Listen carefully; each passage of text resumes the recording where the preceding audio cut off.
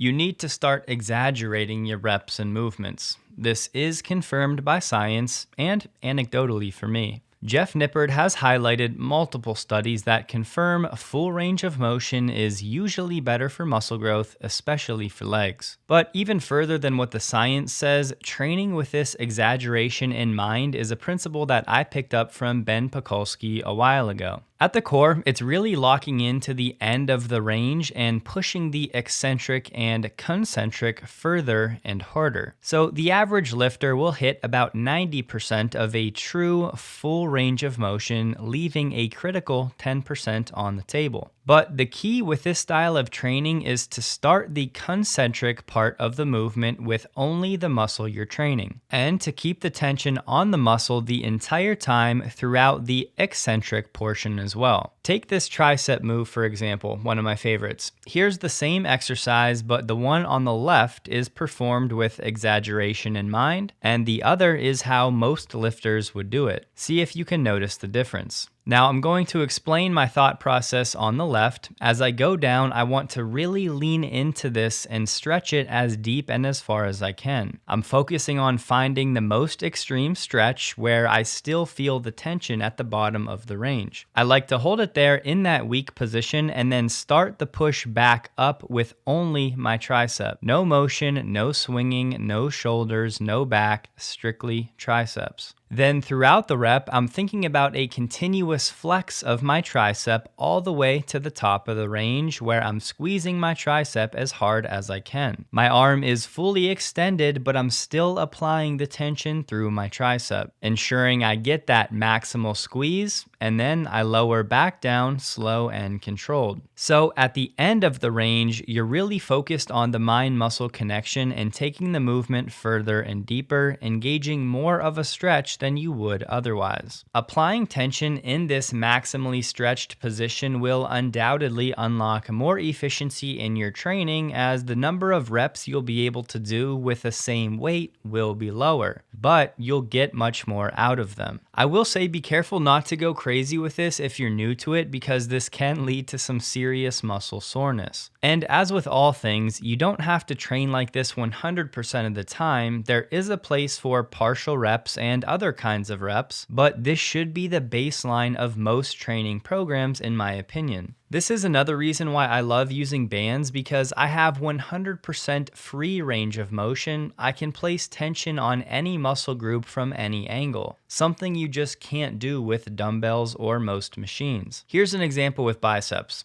At the lower part of the range, my arm fully extends to the point where my tricep actually contracts, but I'm still squeezing my bicep and feeling the tension there. And then remember, the key with this is to start the reversal of the movement with only my bicep. No swinging, no motion. Now, with bands, depending on your resistance, you may not be able to maximally squeeze at the top, but the beauty of bands is you don't have to. That's because I can hit maximum effort before hitting the true top of the range. So I do mix it up from time to time, sometimes choosing a resistance where I can maximally contract and squeeze, and other times making it a bit harder where the top of the rep is lower, which places more of an emphasis on the lower part of my bicep rather than the top or the peak.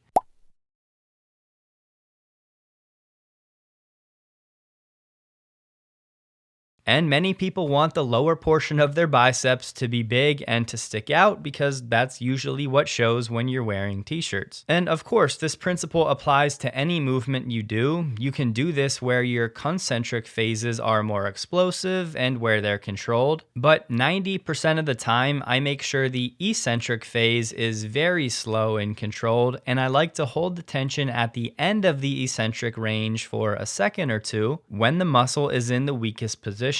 This will help you break through plateaus, squeezing out that 10% that most people are leaving on the table. It is harder to train this way, but I really have learned to fall in love with this style of training because I've seen the results that it yields, and this mindset has been a huge driver in helping me develop very strict and efficient form. So, if you're watching this and you know that you're stuck in pride or ego lifting, it may be hard to get out of that, but I'm telling you, if you can let that go and forget about how much weight you're doing and really focus on that strict form and placing the tension at the extremes of the range, and I'm very confident you're going to like the results. As always, I'll try to answer any and all questions in the comments for as long as I can.